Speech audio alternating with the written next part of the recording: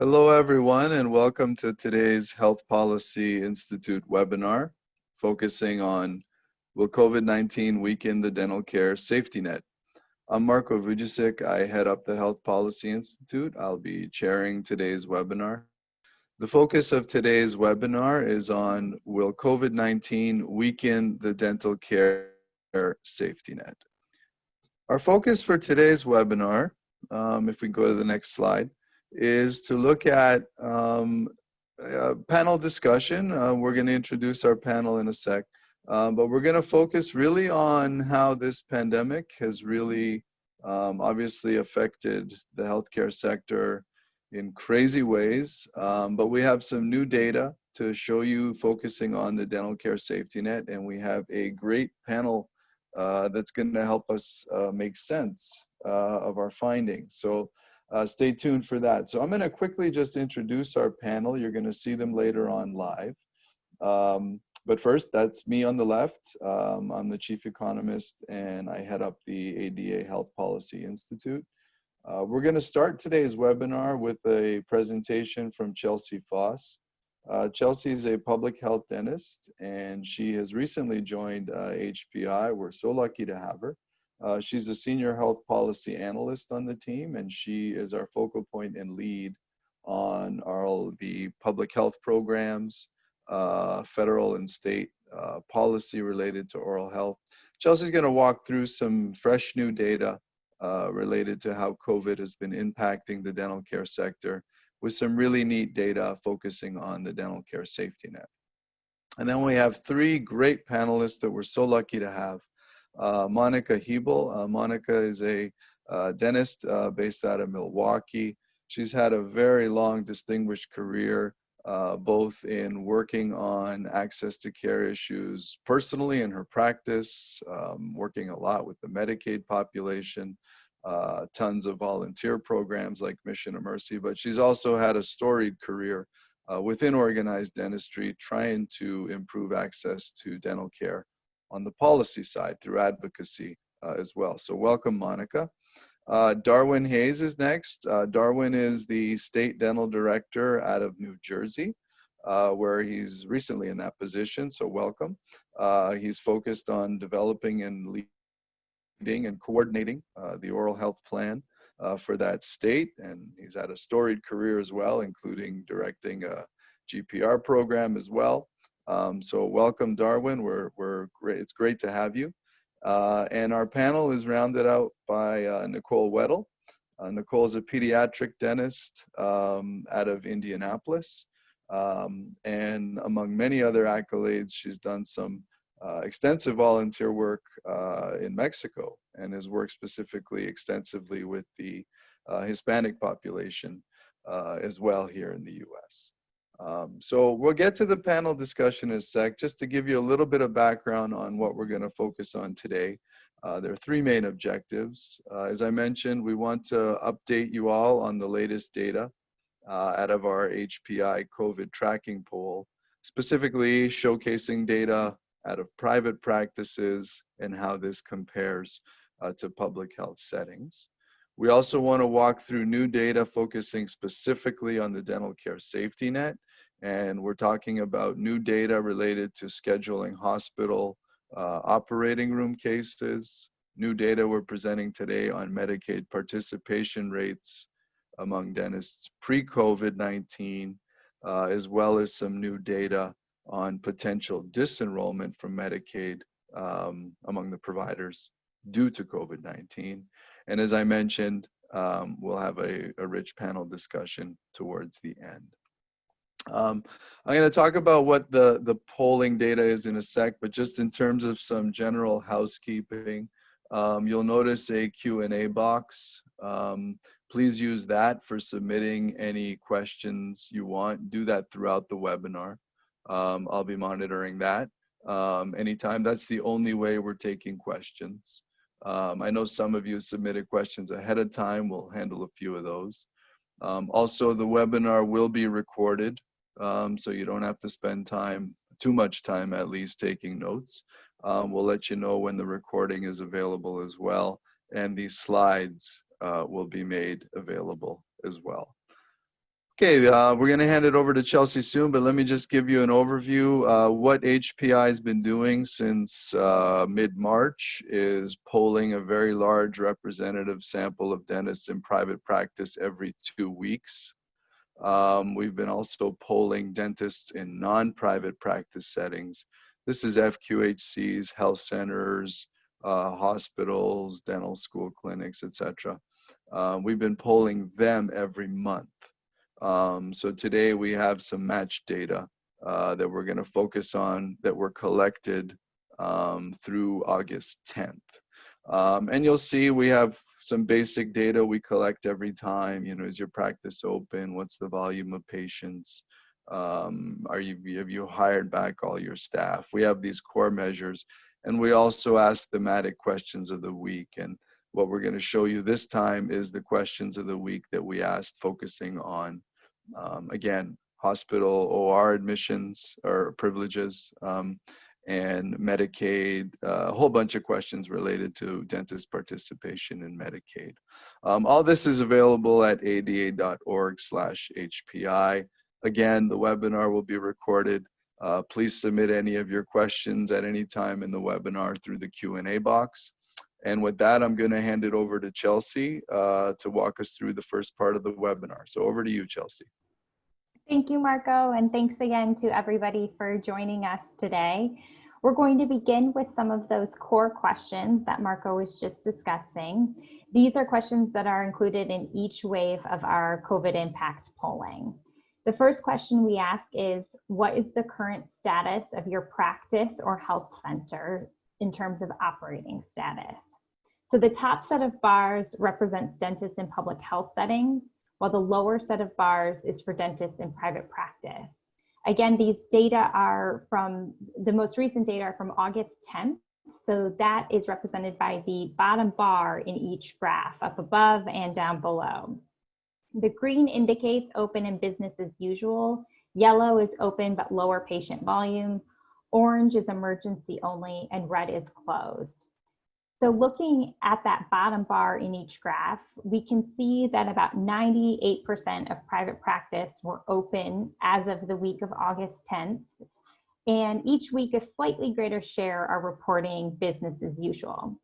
But going up above again to public health settings, the vast majority of open practices are still seeing lower patient volumes. So the rebound in public health is not quite as robust as it is in private practice. Let's look a little bit more closely at those patient volumes. Here we asked, how does this week compare to what is typical in your clinic or practices program in terms of total patient volume? Working from left to right, the purple, red, orange, and yellow indicate patient volumes less than and up to 50% of what is typical. The greens represent above 50% of those pre-COVID levels. So on average, patient volume in private practices is estimated at about 73% of pre-COVID levels the week of August 10th. You can see that figure has had slight improvements over the past month or so, but is really holding steady. Looking back to earlier waves, earlier in the pandemic, the upper bars, you can see that private practices saw a much more drastic decline in patient volume during the shutdown. But moving our way back down each graph, recovery of patient volume is happening, but isn't happening as quickly for those in public health settings. So again, we're seeing that recovery is a little bit slower in public health settings. We looked at our data to see if patient volume is correlated with income level of the area that the practice is located in. So our high income areas seeing recovery in patient volume to a greater extent than lower income areas. We use the practice zip code and split practices into high, middle, and low median income areas going from top to bottom. So the bottom is low, middle is middle median household income, and the top bar is high median household income. We reran this data to look at patient volume in each of these three categories. The green and blue here indicate higher volume. The other colors on the left of these bars indicate lower patient volume. So there's some difference. High and middle income areas have more blue. Low-income areas have more in the yellow and orange, indicating lower volume. So patient volume is lower in practices located in lower income areas, but not by much. This isn't shown on the slide, but we also looked at patient volume based on level of COVID transmission in the county where the dental practice is. So do high COVID incidence areas have relatively less patient volume compared to low incidence areas? We did not find a correlation here. And lastly, another item not shown here, we compared patient volume between Medicaid and non-Medicaid providers, and there was not a significant variation in patient volume between those two types of providers. Next, we asked if practices and health centers are paying their staff their salary for the given week.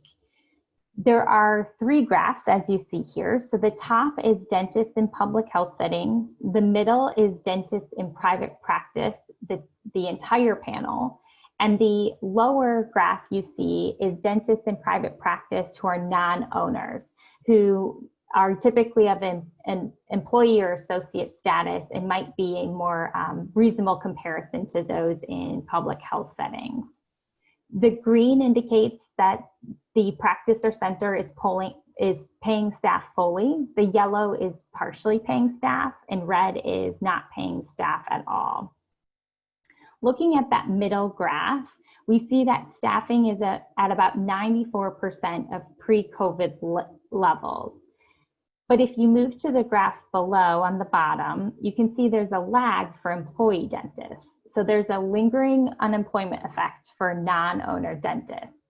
I'm going to take you back up to the top of the slide again, and we can see that the drop in employment for dentists in public health settings was not nearly as significant as it was for those in private practice. So there's some sort of employment security that we're seeing for dentists in public health settings. We're going to take a quick detour from our polling data to share some recently reanalyzed and updated information on dentist participation in Medicaid or CHIP, just to provide a landscape for some of our upcoming discussions and the discussion with the panel. The data I'm about to present is from the fall of 2019, so it's before the onset of the pandemic. This infographic is available online at ada.org/HPI, so please help yourself to it. And we're going to walk through the different components of this. 43% of dentists in the US participate in Medicaid or CHIP for dental services for children. This represents a 4% increase over a 2-year period. There are significant variations in participation levels based on race, gender, and age of provider. On the left, we have provider race categories. You can see that 63% of Black dentists participate in Medicaid, while only 39% of white dentists are participating. In the middle, we have the breakdown by gender. 49% of female dentists participate in Medicaid compared to male dentists at 41%. There's also an age gradient, as you see on the right side of the slide, with younger dentists being more likely to participate than older dentists. More than half of dentists in the 21 to 34-year-old age category are participating, while only a third of those over 65 are participating. There's also variation in participation by specialty and affiliation with a dental service organization. Pediatric dentists and oral surgeons are more likely to participate, as are dentists affiliated with a DSO. Additionally, there's significant variation by state to state. At the low end, we have New Hampshire with less than 16% of dentists participating, and at the opposite extreme, on the lower right, we see Iowa, where nearly 78% of dentists participate in Medicaid or CHIP.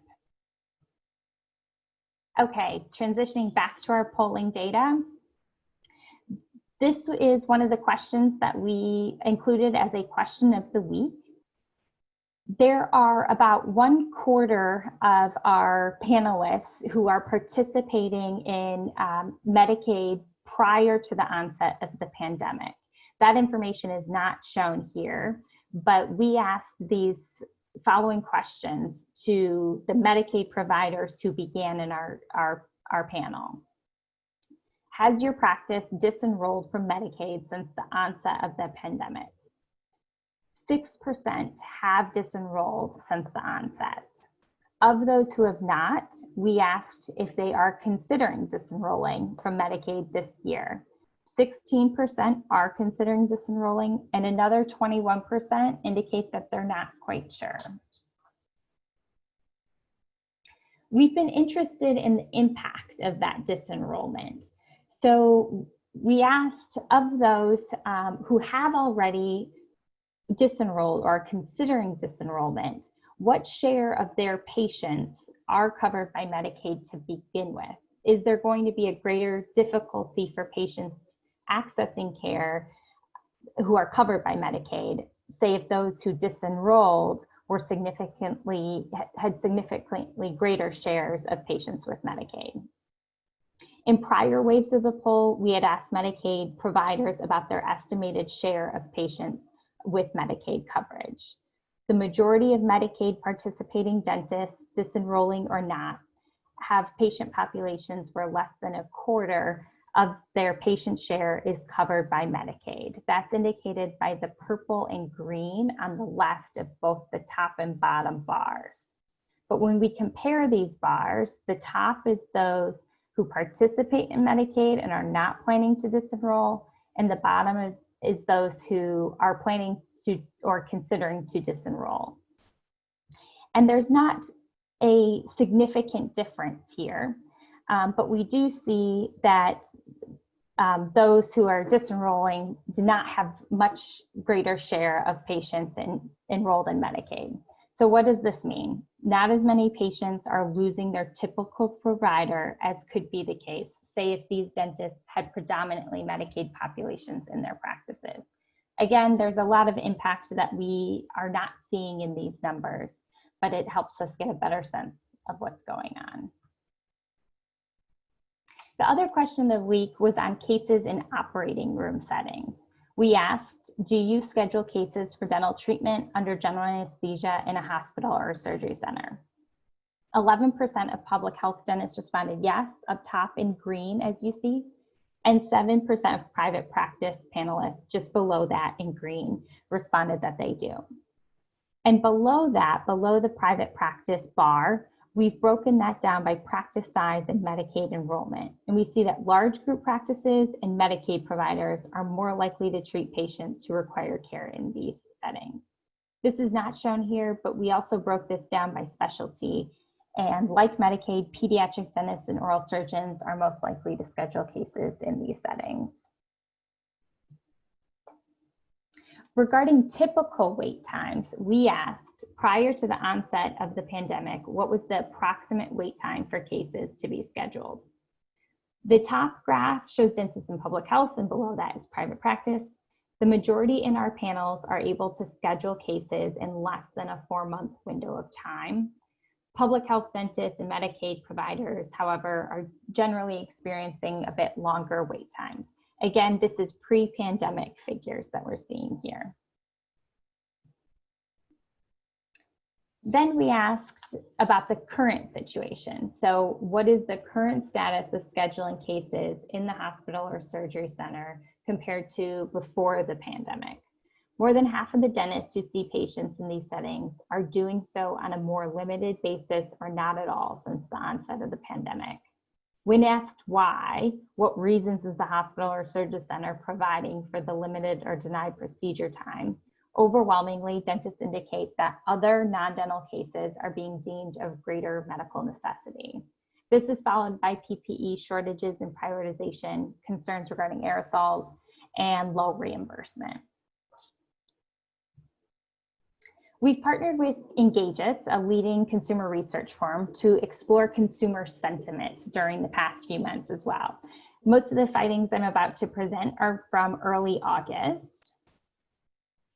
Engageus has asked its panelists, those who are dental utilizers and had been to the dentist in 2019, which of the following represents their current point of view regarding visiting a dentist's office?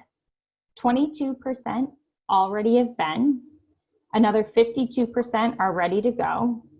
11% need a bit more assurance, so some extra comfort from a health department, their own dentist, something along those lines. And 15% are going to need a medical breakthrough. They will need vaccine or treatment before getting back to their dentist. This tells us that the upper bound on patient volume compared to pre-COVID levels is about 85% of what it was. And that makes up those who have already been, those who are ready to go, and those who can be convinced to go with just a bit more reassurance and comfort. Engages also asked which sources were the most trusted entities on whether or not it is safe to visit the dentist. The CDC comes in on top with nearly half reporting this as their most trusted source, followed by the ADA and then local health departments. And then one of our participants in today's webinar asked a question: are patients seeking care only for urgent needs, or are they comfortable coming in for routine care? It's a great question, and one that we wanted to explore as well. So we're happy to be able to share this information with you, thanks to the work that Engages has done via our partnership. So here you see 3 bar graphs. On the left, you have people who have visited the dentist in the past month. In the middle, you have those who have visited the dentist during the pandemic. And on the right, you have those who visited the dentist 6 to 12 months ago, so pre-pandemic phases. And they were asked, when you last visited, what was it for? Was it for a routine checkup, which is indicated in green? Was it for an ongoing dental issue, which is indicated in purple? Or was it an urgent issue that just couldn't wait, which is the red sliver you're seeing in these pies? If you compare the middle and the right to the pie on the left, you can see that right now a greater share of visits are occurring due to ongoing issues or urgent issues compared to those previously. So this indicates to us that we're still working through the pent-up demand and backlog of care that we are seeing in practices. And I will skip over this. It will be available online when everything is posted and available, and we will get to our panel. So I'll hand it back to you, Marko. Chelsea, before you go, let's bring the panel back in now, actually. So let's bring Monica, Nicole, Darwin, come on in with your video and audio. There you are. Hi. Okay. As our panel filters in, Chelsea, before we start the bigger discussion, first of all, thanks everybody for the questions along the way. I've been trying to answer them fast and furious, but I do want to highlight a couple that have come out and just ask you, Chelsea. How did you define dentist participation in Medicaid or CHIP? Is it based on claims volume? Is it enrollment? Sure. So we have data from InsureKids Now, and sorry, this is about provider participation. Correct. Okay. Yes. So we have data from InsureKids Now and also from ADA sources of information on provider participation. So it has nothing to do with like a minimum number of patients. It's just whether you've enrolled as a provider. Correct. It is. Okay. Correct. It's a yes, okay. No. Very good. And the other one, just to confirm, the Engages, the last few slides you showed on households, was that low-income folks only, or was it a representative sample of U.S. households? Representative sample of U.S. households. Okay, so that was broader than just Medicaid. Great. Okay, good. Excellent. Welcome, Monica, Nicole, Darwin. Keep the questions coming to the audience. Just to reiterate, do not use any raise hands, do not phone, do not text. Use the Q&A box only. I'll do my best to keep those relevant, and if we have time, to make sure we get through them. But let me first ask the panel, big picture, is there anything you saw today either that really surprised you, or something that you thought, yes, yes, yes, that's exactly what I'm seeing in my practice. Let me kick off with you, Monica. I was kind of surprised with the DSO participation rate because Wisconsin has a high penetration of DSOs, and not very many of the DSOs in our area accept Medicaid. So I was surprised by that. Okay, that it's more, the participation rate of dentists is higher in DSOs versus non-DSOs in our data, and that surprised you given what you're seeing in Wisconsin. Great. Nicole, from your end? I definitely agree with, the long wait list, but I do believe here in Indiana it was a lot longer before COVID and after significantly longer wait times, like a year. Because pre-COVID it was around 6 months, not just for my practice, but for other pediatric dentists in Indiana. Okay, interesting. All right, Darwin, from your end? Not too much surprised at all, especially with the slow back to work kind of numbers that were reflected in public health versus private practices. I think one of the challenges that a lot of the dental public health centers here in New Jersey are having deals with that patient population that has increased risk due to COVID, and also there's some challenges internally that a lot of the FQHCs are having, or that all the offices throughout the country are continuing to have with PPE as well. So I know there are some states that mandate that you have 2 weeks of PPE and you have to certify that. And if you don't have it, guess what? You're probably not going to be seeing patients. And somehow that has to be communicated to the public. So not too much surprised about those numbers on the public health side. Okay. Darwin, I want to ask you this, just given where you sit. A question came in, actually a couple of them, right? Related to kind of this issue of why is rehiring maybe slower in FQHCs? And let's do more broadly. Why is the patient volume bounce back slower in FQHCs than it is in like private practice? And specifically, it was Maria that put this question through. Like, is it the case that there's not enough patients coming to FQHCs to merit either hiring back, and that's why patient volume's low? Or is there a capacity constraint? Basically, you can't see more patients, and that's what, because of the new protocols or whatever. Can you comment on that? Definitely. Yes and yes.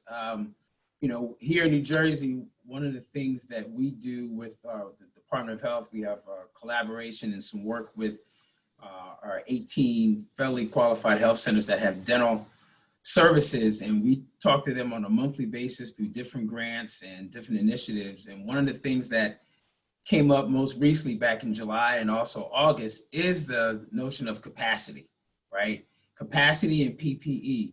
If there's not enough PPE to have a full staff back, guess what? You're not going to have a full staff back. In addition to that is the capacity issue with the reduction of the number of patients that you can see per hour and per day.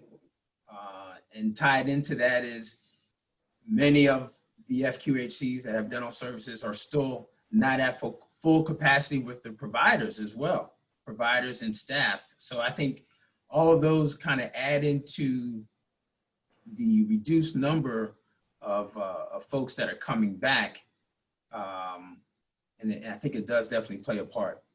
Okay, and a couple of rounds ago, Darwin, we did collect data on capacity. We asked people, like, what was the maximum patient load per day you can see pre-COVID, and what is it today, right?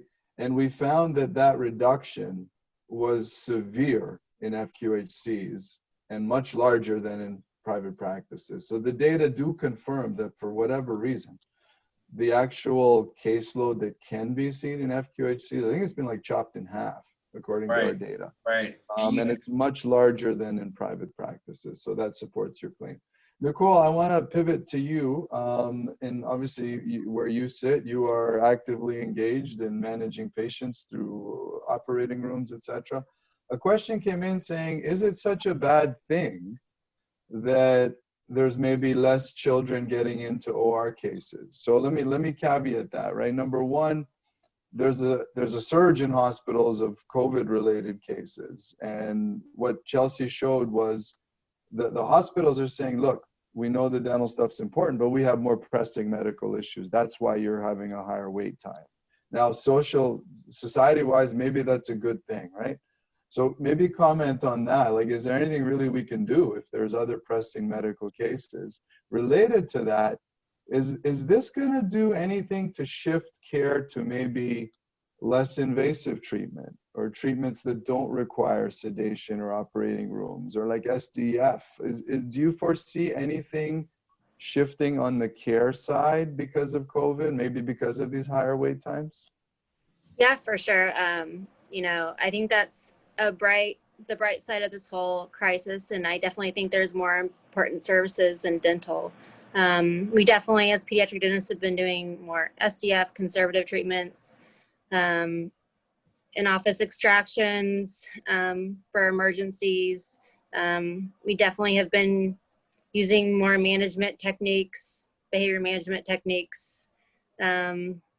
Also, many of the pediatric dentists, we still don't allow parents back during the COVID crisis. So usually kids a lot better without their parent anyway. So there's some blessings with the COVID crisis in the midst of everything. But most pediatric dentists, the patients that we do put under general anesthesia in office and in hospitals is less than 5%. So there's still the medically compromised and the kids that have, severe 20 out of 20 teeth that need to be repaired that still would be best served in the hospital setting. So there's some kids that still need to be seen in the hospital. I mean, there's no way to really get around it. We can put SDF on 1-2 times, we got to fix the teeth sooner or later. So okay. I think you're going to see more like emergency extractions or swelling or oral surgery referrals. It's interesting. And then, well, maybe if we get time later, we were talking before the webinar started about, potential delays in school-based programs and potentially canceling mobile services. Like there may be these trickle-on effects, like as school starts, right? That actually may lead to a resurgence of untreated caries, right? But let's leave that. Monica, I want to pivot to you. And I want to get into a series of questions related to dentist Medicaid participation. You have a personal story on this. So can you just walk us through kind of the last few months of your practice life in this area? Well, yeah, I had to make the most difficult decision in my practice life. I just go back to when I was 14 years old, hired as a dental assistant, and when Medicaid was pretty new, and it worked very well. It was 70 cents on the dollar, and the residents from Marquette used to come, and we'd work nights and weekends, and the volume of disease in the underserved was much greater. So it was a program that really worked well.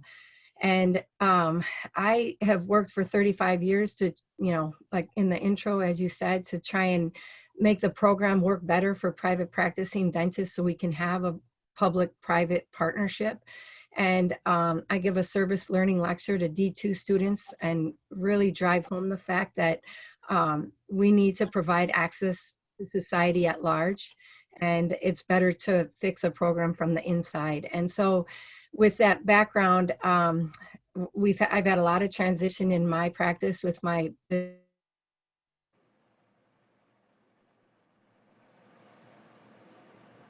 Okay, we may have temporarily lost Monica. Oh, there you are. Okay. Okay. He retired, and so I hired an associate. So there's a lot of transition, and then COVID hit. And as you've just been discussing, one of the ways to make Medicaid work is through scheduling and work harder and more efficient. And we were willing to do that, and I'm still willing to do that. But with the restrictions on how you can schedule and social distancing in the reception area and increased time in between, it just became untenable. The Wisconsin rates are 27 cents on the dollar, and the no-show rate, you can't accommodate for that no-show rate anymore. The paperwork, after 35 years, we had that down pat, and Wisconsin is a very good payer.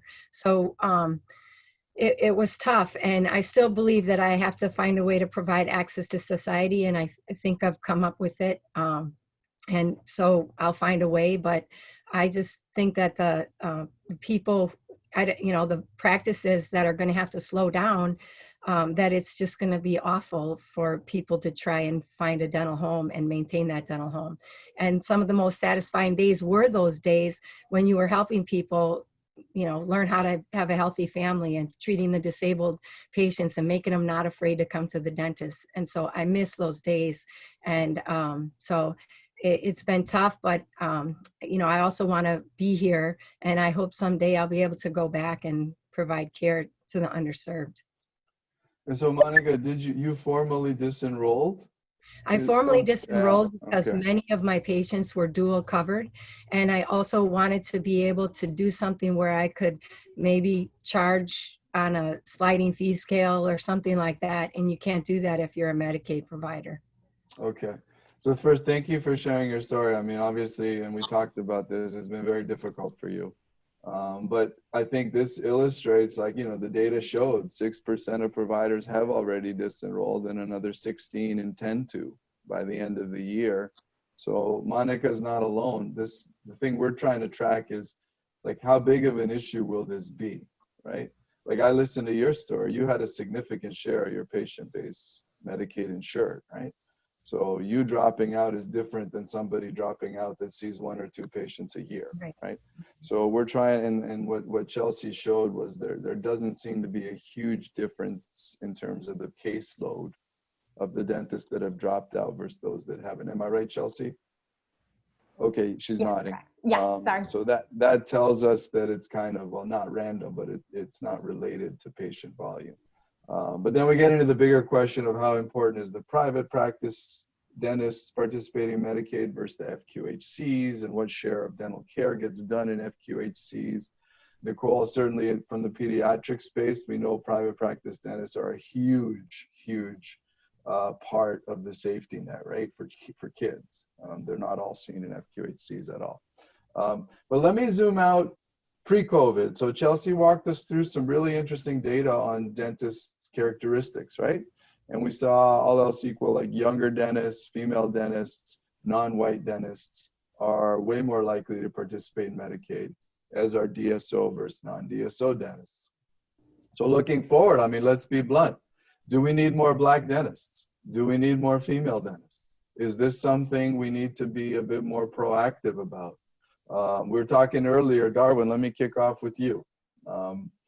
These data are pretty in your face, right? I mean, this is what the evidence is. So what do we do about it? The data just moved my glasses over. It's right in front of us. Yes and yes to your answer. I mean, to your question. More female dentists, more Black dentists. And I think this is another topic for another day, which can be in its own webinar series. But I think it really is key to note because, I think there could be some more intentional collaboration between many different organizations. I think, again, organizations are maybe working in silos and doing the best they can individually, and there probably is some collaboration, but if things are not working and the results and the data shows that there really hasn't been a moving of the needle as it relates to providers, then what's plan B? We got to do something else after the assessment. We got to look at being more intentional and looking at ways that increase those provider numbers. Let me turn to Nicole. If you could just share your story too. I mean, you were saying before we got on, you recently hired a female non-white dentist. We know dental schools at 50-50 now in terms of the gender split. Are you seeing this in action, so to speak, that there are these differences according to the characteristics of the dentist?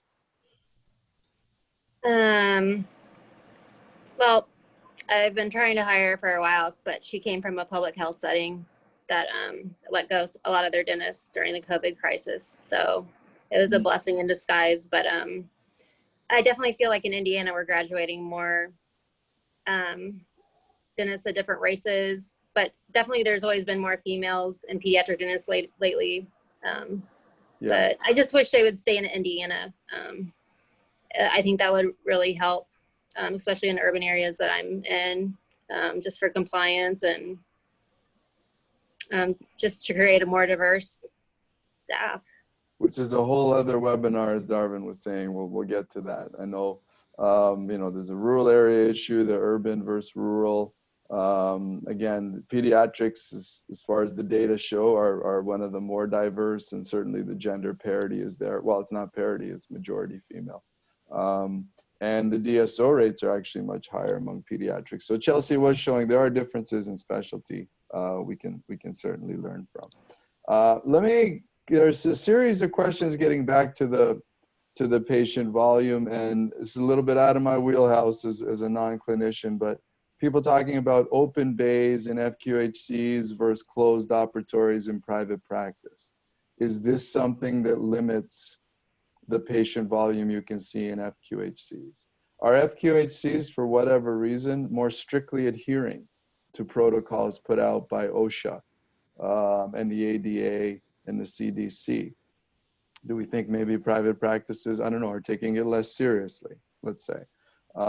So on the clinical side, let me start with Monica on this one, but I'd like to hear from all of you, including Chelsea. What do you think clinically, either how the facilities are organized or the adherence to protocols? Is there anything else that could explain this difference between the patient volume in private practice and public health settings? So I think that in private practice, they already had patients spaced out more than if you are participating in Medicaid. So I don't think it was as dramatic of a change in their practice model. And I mean, I have an open concept, so I don't think it's a difference in adherence. My son also works at an FQHC in Milwaukee, and it took them a lot longer to get the PPE and to get the protocols in place. So they just started doing routine care in the last week. And so it just took them longer. And I don't know what that, you know, it wasn't the physical plant, it was more the whole structure around protocols. Okay. Anything to add, Nicole or Darwin?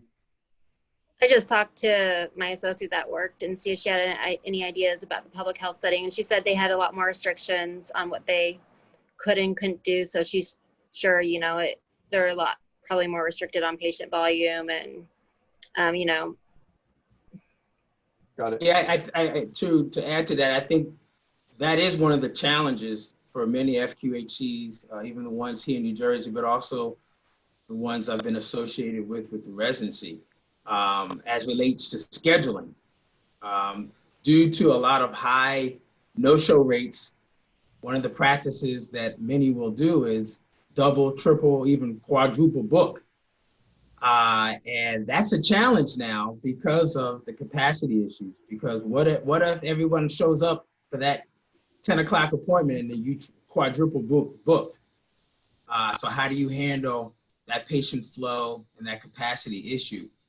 Then you have the flip side. Well, what if no one shows up at that 10 o'clock appointment and, you know, you're just there? So that's a challenge that I know many of our FQHCs here in New Jersey have been trying to balance and making sure that they're in compliance, right, with the capacity restrictions due to the pandemic. So that's an issue, and I think it's going to be an ongoing challenge as centers continue to try to go from emergency treatment to more routine treatment. There has been an uptick that some of the FQHCs have reported that relate to not only emergency care, but some routine care, more so recalls that they've noticed between July, I'm just looking at some of the data that we have from July to August.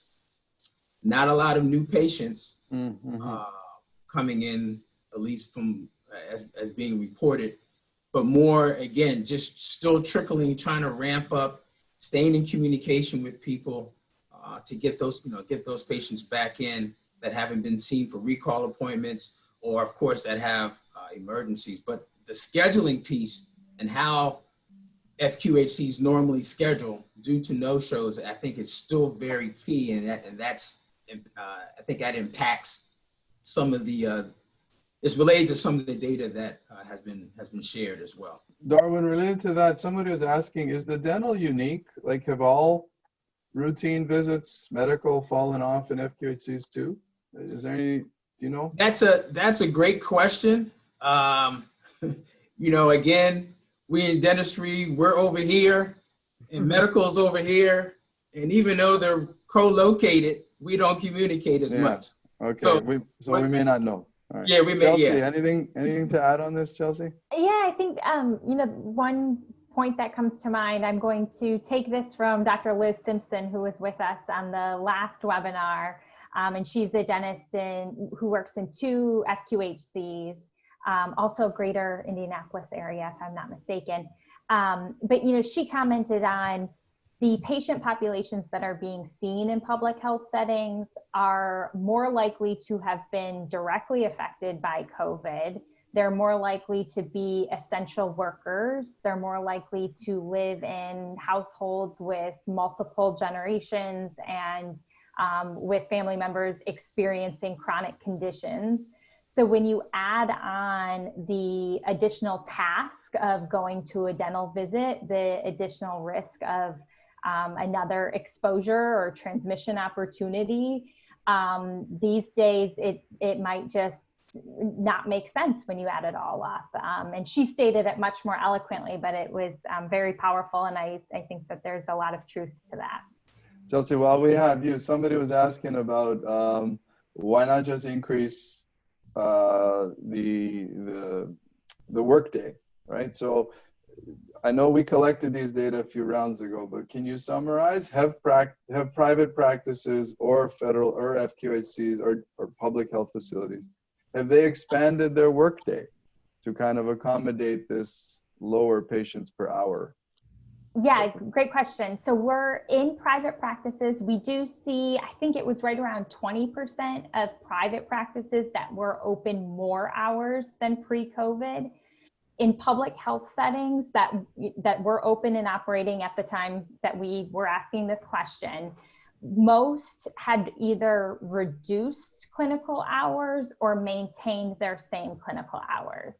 So it just seems as though there's perhaps less flexibility due to the organizational, institutional structure of health centers and the dental clinics within them. Okay, great. So there is a potential angle there. All right. Okay, I'm combining a series of questions related to what happens if school-based sealant programs are canceled. And I want to broaden it out. So let's talk long-term care facilities that maybe have mobile dental services that might now not be happening. Let's talk school-based sealant programs that may not be happening. Let's talk mobile services that go to rural Appalachia that may not be happening.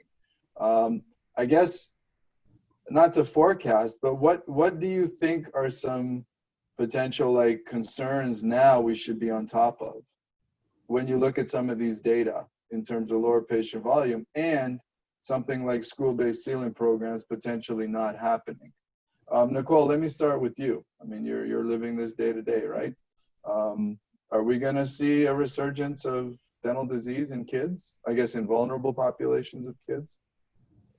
I think we're already seeing it just from being out for like 3 months. Okay. Especially if they're in rural areas and being identified at school and they get a report card and they're referred to a pediatric dentist, and then it takes them a while to come. And by the time they come to us, sometimes there's some kids, there's just no way we can treat in the office. So it's really frustrating for a pediatric dentist, you know. We're supposed to help and take care of the kids, and even the most vulnerable population of dental disease, we can't treat or fix. We can't take to the hospitals to fix their teeth.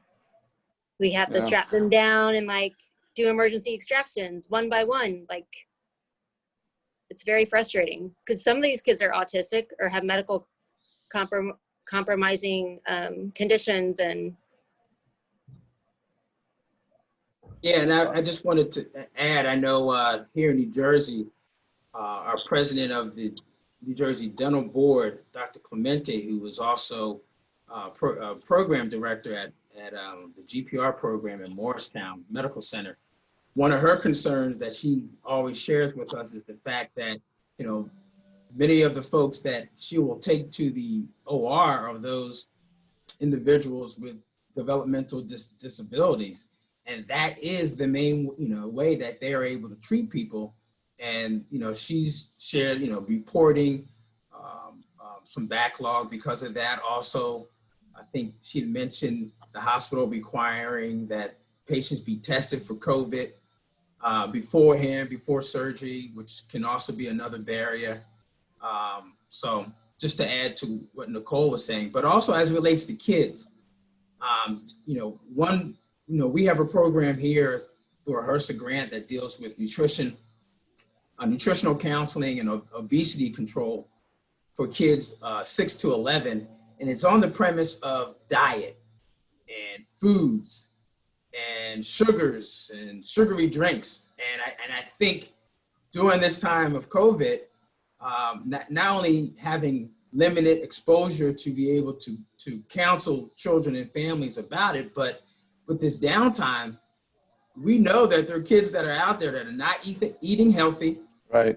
not going outside, running around during recess. At least they have, you know, not as much as they were before. So it's going to be a mess when we, you know, see these kids back into the office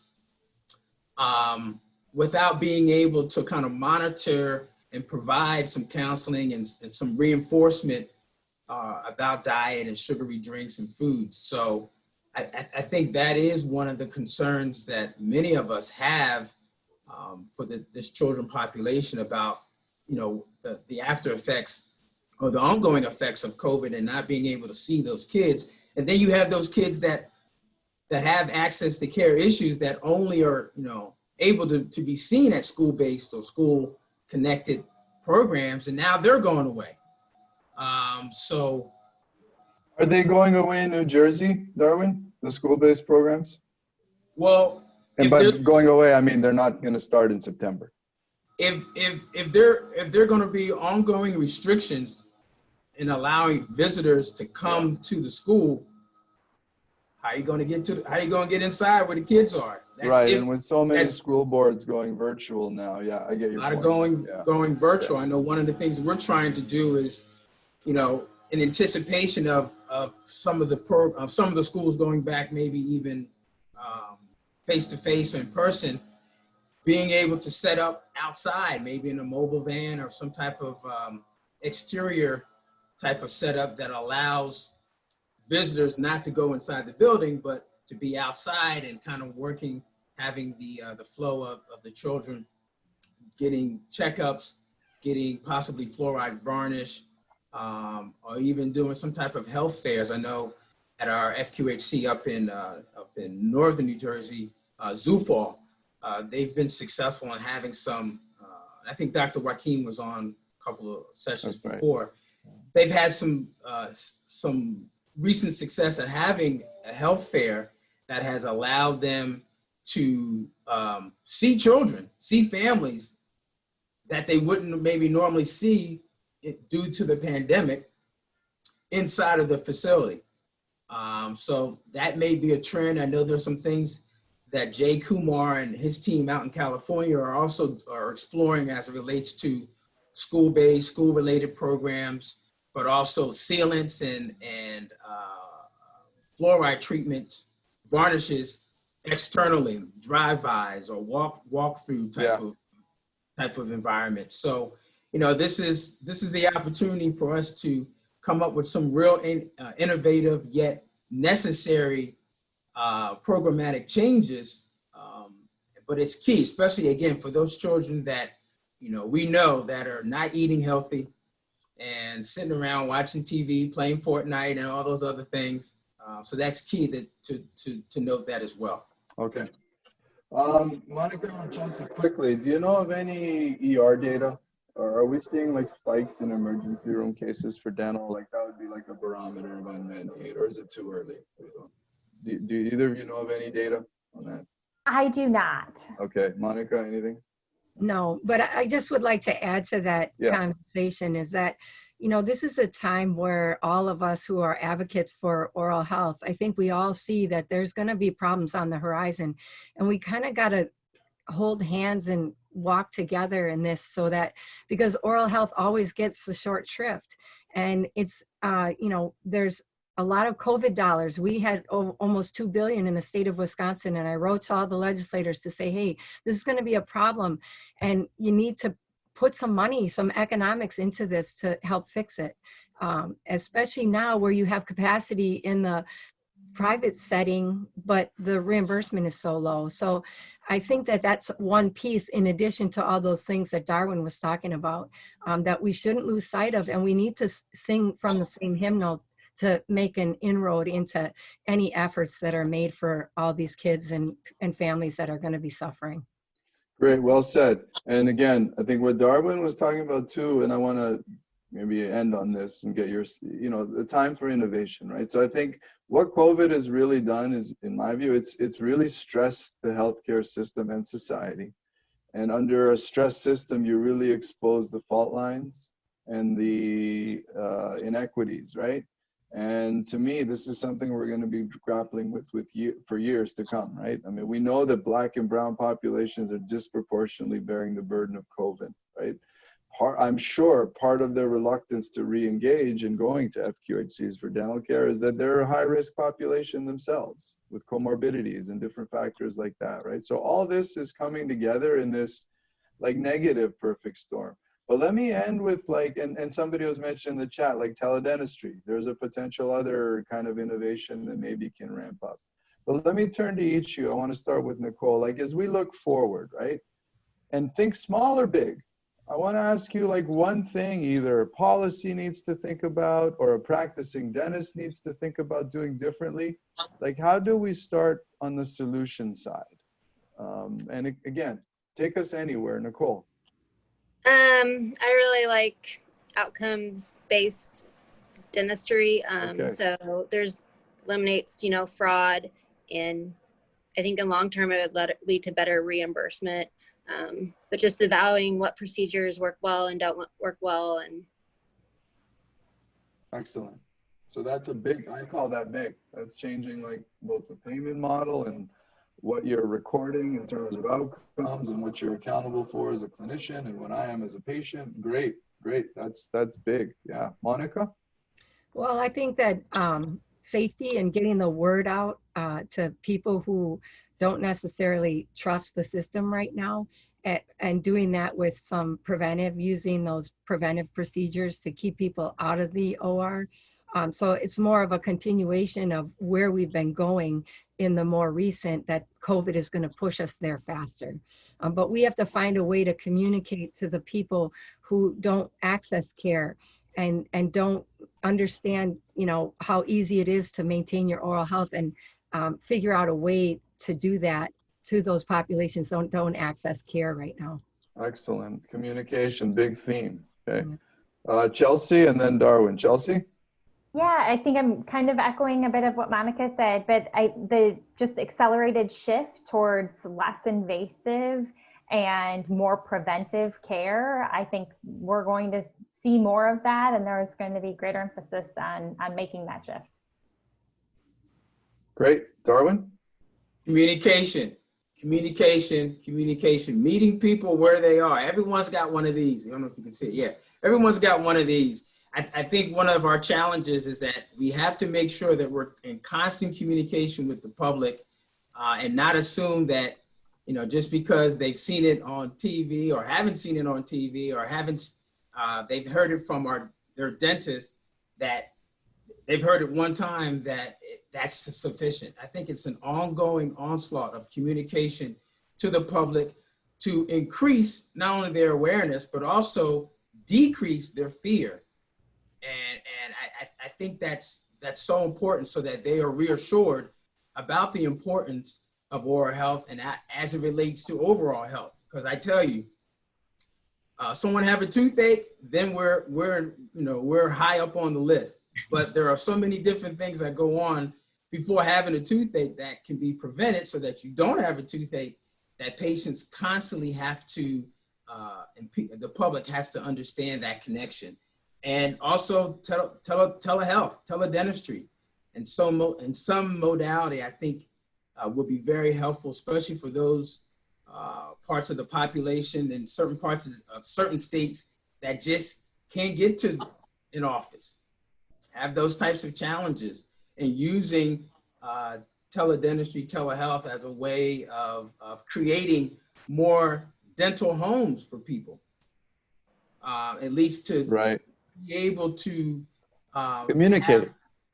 To communicate and have them associated with, you know, a dental health provider or a dental health team that's going to be their navigator for their oral health. I think those two things are key as we move forward through the pandemic and beyond as well. Excellent. Look, we're right up on time. First, I want to thank the audience. We've got like over 70 questions. I tried to answer most. You may have seen me or heard me typing while we were talking. We didn't get through all of them, so apologies. Thanks to the panel for a great discussion. Obviously, we could have gone on and on. We'll keep that in mind next time. And much, much appreciated. So again, this will be available at ada.org/HPI. Those of you that were registered for this will also get the notification when the recording is ready. We had over 600 people staying on right to the end. So this is a testament to a really interesting panel. So on behalf of HPI, let me thank you all. Have a good rest of your day. And until the next conversation, thank you all. Thank you. Thanks. Bye.